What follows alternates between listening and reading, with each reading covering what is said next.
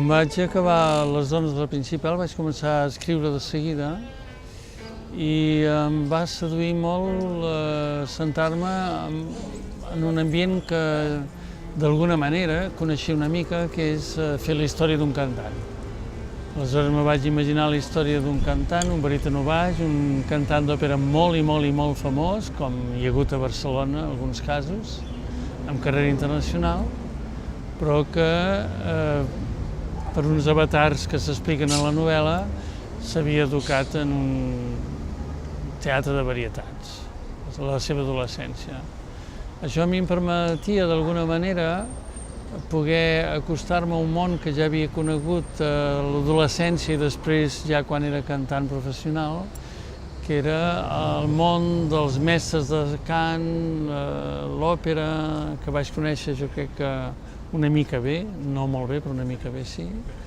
D'altra banda, això, barrejar-ho amb la Barcelona dels anys 20-30, que sempre m'ha agradat molt, m'ha fascinat molt, segurament perquè quan era universitari a la Facultat d'Econòmiques vaig llegir molts estudis socials sobre els moviments anarquistes.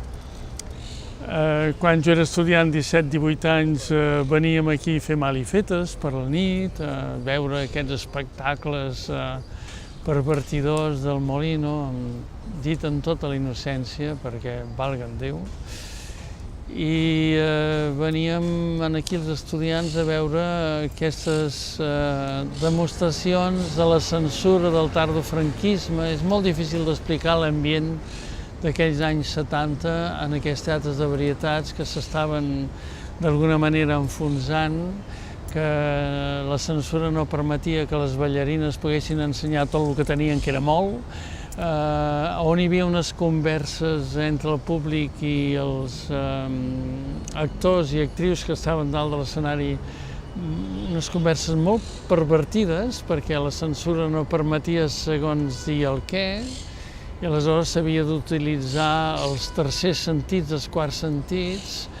Les vedettes esculturals eren unes menes de màquines de transmissió d'erotismes amagats. Era un món molt particular. I tot això em va seduir molt explicar-ho i vaig començar aquesta novel·la, El noi del Meravilles. El Meravilles era aquest teatre particular.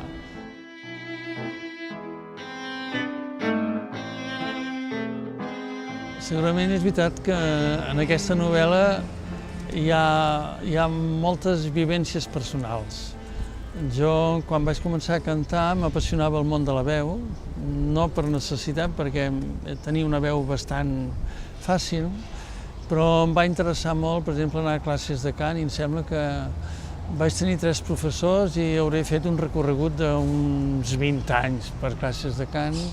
Això em permet poder parlar del món de l'òpera des d'un cert coneixement. Vaig conèixer també cantants d'òpera, alguns famosos, altres no tant, però que d'alguna manera me varen deixar entendre els fils interiors que commouen i porten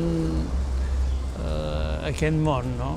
A mi això vol dir que quan he d'acotar les condicions personals, físiques, quasi, d'estudis del cantant, del que parlo, puc parlar amb un cert sentiment de causa, no? Això m'interessava també poder-ho explicar.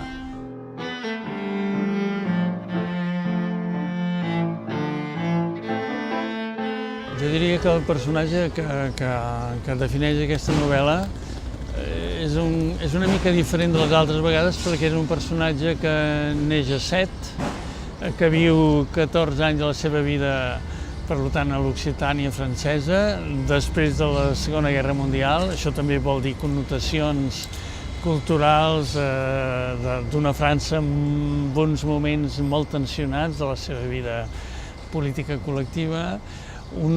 Després ve aquí a Barcelona, en 14 anys, és quan ell, en 15, s'instal·la en el Teatre Meravilles, inventat evidentment, i quan ell comença a tenir èxit com cantant d'òpera, escull París Per tant, en aquest cas no està tan connotat com a les altres novel·les, que jo diria que l'espai físic quasi que condiciona absolutament la vida. En aquest cas no. És veritat, però, que això ho reconegut pel mateix artista cantant d'òpera, el moment que el condiciona més és segurament la seva adolescència en el Meravelles. I això ho diu el mateix, i jo crec que a més de la novel·la es nota molt que està condicionat pel Meravelles i la Barcelona dels anys 60-70.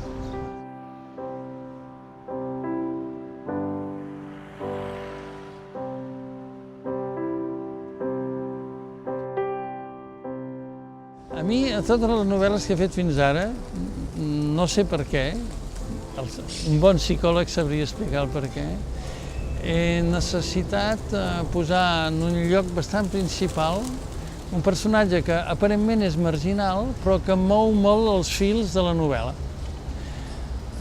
Ha sigut l'Úrsula, i en aquest cas ha sigut un personatge que ve d'un poble de Màlaga, que es diu Campillos, que es diu Juanito, i que és un personatge que jo m'acabo estimant molt a la novel·la, molt i molt.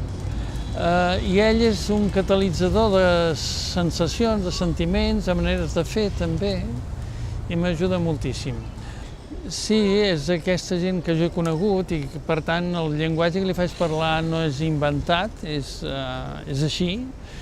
I ell és una persona que de seguida comença a parlar el català, però amb un accent molt peculiar de Campillos, i que d'alguna manera la novel·la s'expressa i que ajuda a definir el personatge. És també un reconeixement a tota la gent que durant els anys 20 i 30 va venir en aquesta societat i d'alguna manera ens han enriquit amb la seva manera de ser molt particular, i que han enriquit també la nostra manera d'escoltar la nostra llengua amb accents molt particulars.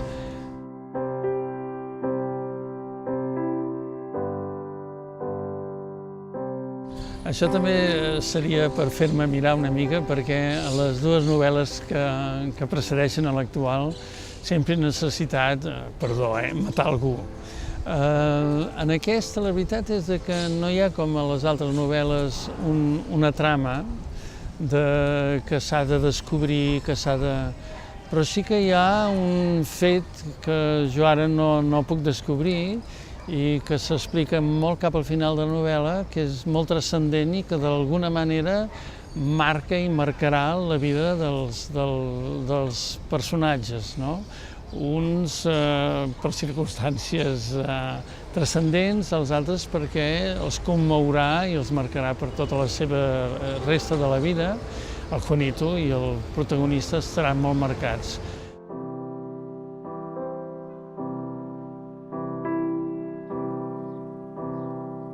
Em sembla que és una de les coses que puc aportar, quan un escriu una novel·la, dic què podria aportar o de la meva inventiva, o de la meva fascinació, o de les meves vivències personals. Jo quan tenia 16, 17, 18 anys, que era estudiant, vaig viure el contacte amb el món del paral·lel, el carrer Robadors, el carrer d'Escudillers, tot aquest món, com un estudiant que venia del món rural de l'Empordà i descobria aquesta Barcelona del barri xinès, del barri xino, es deia, i que d'alguna manera ni imaginava ni podia.